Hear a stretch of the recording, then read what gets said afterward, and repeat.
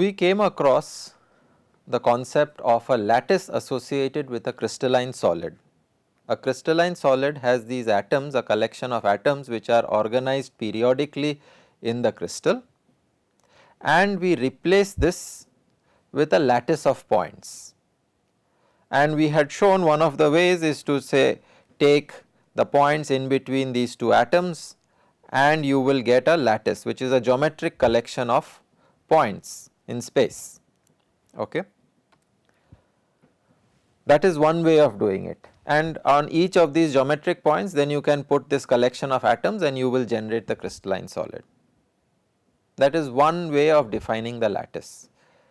However, as I said, that is not a unique way to get from the crystalline solid to the lattice of points. Another way for this, in this particular example, another way to do it would be the following, that I can choose my lattice point as a point in between this 4 set of atoms, this 4 set of collection.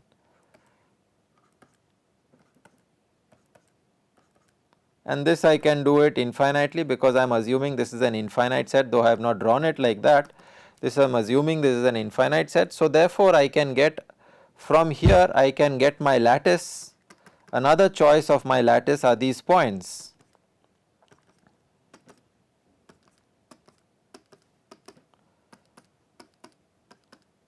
Where now on each of these lattice points, which is this geometric collection of points, I can put a configuration of atoms which is like this.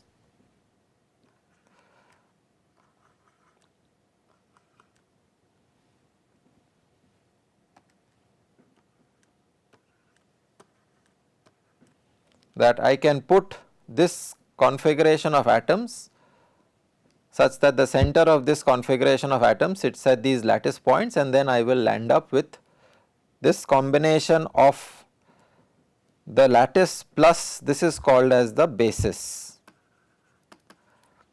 the atom configuration which you will put on the each lattice point, that is called the basis. So, the lattice plus basis, these two together give you your crystalline solid. So, this gave us an important concept of the lattice, that from a collection of atoms which are periodically arranged I can construct a lattice. So, what is the requirement of a lattice is any point, any geometrical configuration lattice, or more specifically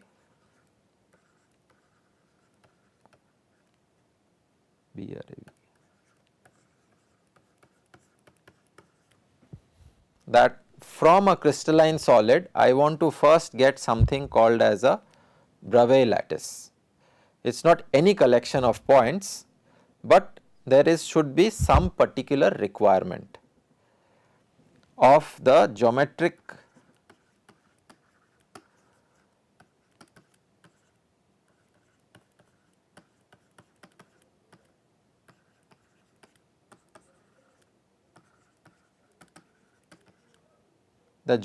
collection of these points should satisfy something. So, the two conditions which they have to satisfy to form a Bravais lattice is first the arrangement and orientation of the points in the lattice around any point in the lattice should look the same. Namely, if I go to any lattice point in the lattice, then if I look at the distribution of my points or the arrangement and configuration of the points around that point, it should look identical whichever point I go to. For example, let us take this lattice for example.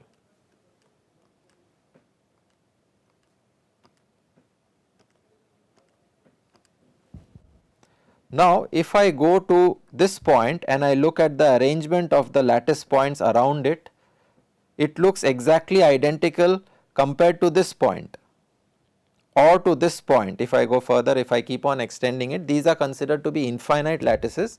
So, I will really have to draw it as an infinite collection of these points which are periodically spaced, but the requirement of these geometric set of points is that to form a Bravais lattice, they have to have the same configuration of points around it. Remember, these are not atoms. When I am talking of a lattice or the Bravais lattice, these are not the atoms. The atoms are the basis. Okay. On these lattice points, if I put collection of atoms, then I will form the crystalline solid. At the moment, these are just geometrical entities. So, from the crystalline lattice, I have generated a crystalline solid, I have generated a lattice which is this geometrical arrangement of points, and these have to satisfy, they have to be a Bravais lattice. Namely, the configuration and distribution of the points around any point should be identical. Another example could be this.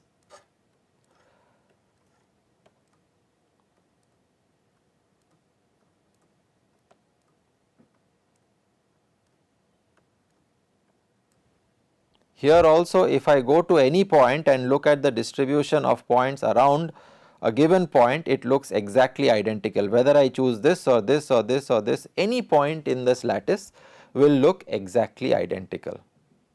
So, these are examples of Bravais lattice. I am drawing periodic 2-dimensional structures, but you can also draw 3-dimensional structures like cubes and so on. Points which are organized on the corners of a cube, for example.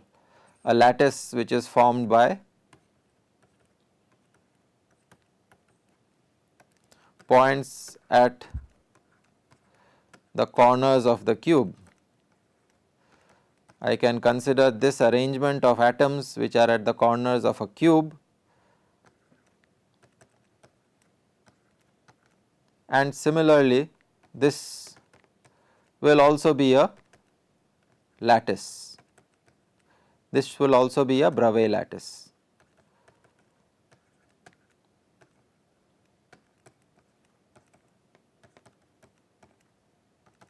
This is an example of a 3-dimensional Bravais lattice which I have drawn here, where if I go to any point in this lattice, if I look at the arrangement of atoms around this point, then I will see that the orientation and the configuration of atoms and the arrangement of atoms is exactly identical. So, the points of the lattice have to satisfy this condition to be a Bravais lattice. One example which I would like to give you, which is very contemporary, is a material which is currently known is graphene, and it is very important in modern times. It is very important for the electronic industry. This material is called graphene, and this is finding a large number of applications across the electronics industry. What is this graphene? This graphene is just a single layer of carbon atoms. It is just a single atomic layer of carbon atoms. It is called a monolayer of carbon atoms, a monolayer of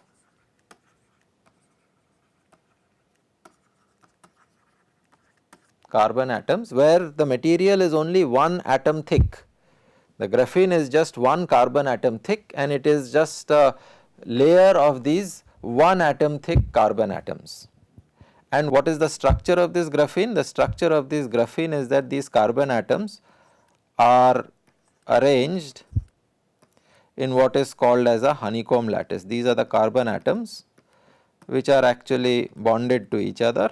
So, there is a bonding between them, covalent bonding between the carbon atoms, and these carbon atoms are arranged in a honeycomb structure.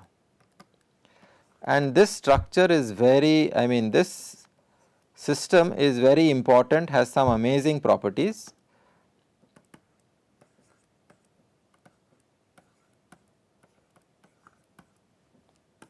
And this entire structure sort of periodically repeats itself over space. So, these are carbon atoms which are arranged in as one single layer of atoms of carbon which are connected to each other by these bonds, and this is known as graphene structure. So, what is it?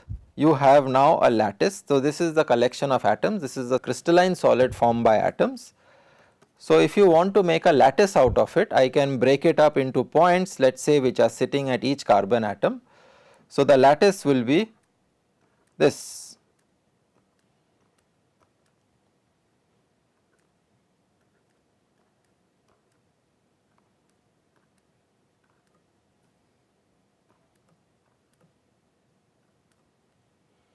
So, I will form this lattice of points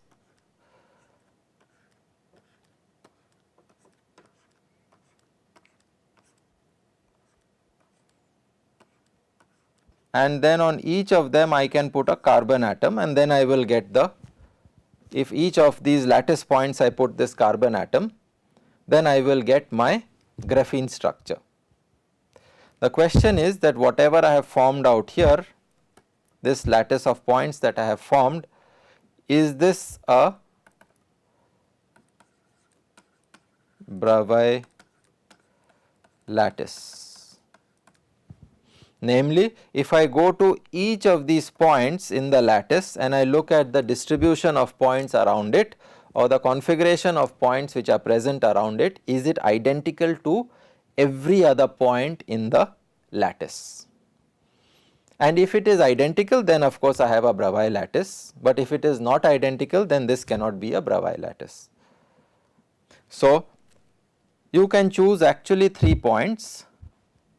You can look at the distribution of the other atoms or the other lattice points around these 3 points P, Q and R. Okay. So, I can choose 3 points, 3 lattice points in this lattice, and around each of these points I can find what is the distribution of other points around these 3 points, and do they look exactly identical. And if it does, then of course you have a Bravais lattice, but if it does not, then of course there is some problem. So, to show you that, let us look at the following example. So, this is your honeycomb lattice, where you have these lattice points which are sitting on the edges of this, at the vertices of this honeycomb or at the vertices of this hexagon, and you have these 3 points P, Q and R, P, Q and R, and we would like to see if the distribution of points of the other lattice points is exactly identical as you see from P. If you were to sit on Q, what is the distribution, and if you were to sit on R, what is the distribution? So, I first go and sit on my point P, and here as red circles are the lattice points which I see around point P. So, this is how the distribution of the lattice points looks around point P. Now, I will go to another point, say Q. If I go to Q and look at the distribution of the lattice points around Q, they look exactly identical, exactly similar. I have just drawn it in different colors to show the red is the lattice points I am seeing when I go around point P. The green are the lattice points I am seeing when I go around Q. So, this is the distribution of lattice points around Q, and they look exactly identical to the distribution of points around P. So, all well and good. But now let us go to point R and let us look at the distribution of points around R. If I just look at the distribution of points around R, now something looks slightly different. It looks as if I have rotated my structure. The distribution of points around R is no longer like this, it does not have this sort of a symmetry, but it looks to have gotten rotated. I seem to have rotated this structure if I look at the distribution around point R. So, whereas P and Q, the distribution or the orientation of these atoms which are distributed around these points P and Q are identical, if I look at the distribution of points around R, they are not the same as point P and Q, and therefore, this structure of just the lattice points arranged on the vertices of the honeycomb do not form a Bravais lattice. This honeycomb structure is not a Bravais lattice. There are different ways of handling it. When one studies graphene, one actually comes across how to handle these sort of structures, but typically the honeycomb lattice is not a Bravais lattice. Although it may seem like a Bravais lattice, the distribution of points, whereas the arrangement of atoms looks approximately the same, it is also important to see the orientation of the atoms. How are the atoms actually oriented along? If you look at the orientation of the atoms, then that turns out to be different, and therefore this is an example where although it looks like a Bravais lattice, it is not a Bravais lattice. So, let us go back to our discussion of Bravais lattice. So, one important consideration while discussing the Bravais lattice is the distribution of atoms around a given point. They have to be identical from point to point. The second requirement of the Bravais lattice is that all points in the lattice can be reached from any point on the lattice using the relation R bar is equal to N1 A1 plus N2 A2 plus N3 A3, where A1, A2 and A3 are called the fundamental translation vectors,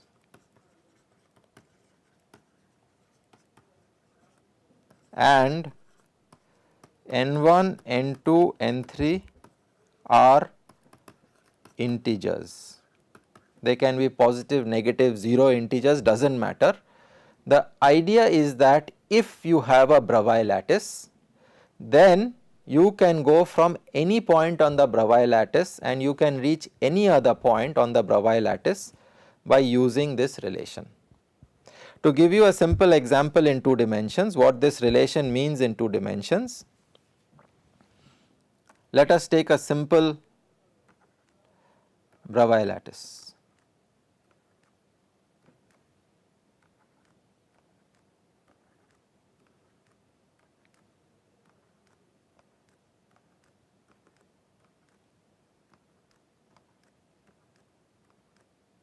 First condition is satisfied, namely if you look at any point, if you look at the distribution of atoms, a distribution of points around any given point in this lattice, it is exactly identical. Now, if I take this point and if I define 2 vectors A1 and A2 around this point, okay, then if I want to reach say this point in my lattice, can I reach it? If I want to describe this point, if I want to reach this point from this, then I can write my vector r, which will be taking me from this point A to this point B on the lattice as twice of this A1, twice of A2. So, if I take twice of this, then I can reach the lattice. So, these are 2 integers and A1 and A2 are called as the fundamental translation vector. So, I can reach any point in the lattice and reach any other point in the lattice by using this relation, okay. And this is my translation vector. R is my translation vector because I can take you from one point in the lattice to another point when I apply this translation vector to it. So, if I apply a translation vector to this point R, I can take you to another point R, okay. And this is the other condition on the Bravais lattice, that I should have A1 and A2 associated with the lattice such that I can move from one point in the lattice to any other point using a relation which is like this. This is for 2 dimensions, but for 3 dimensions of course I will have another direction A3 for example, and then I can go from one point in the 3 dimensional lattice to any other point in the 3 dimensional lattice.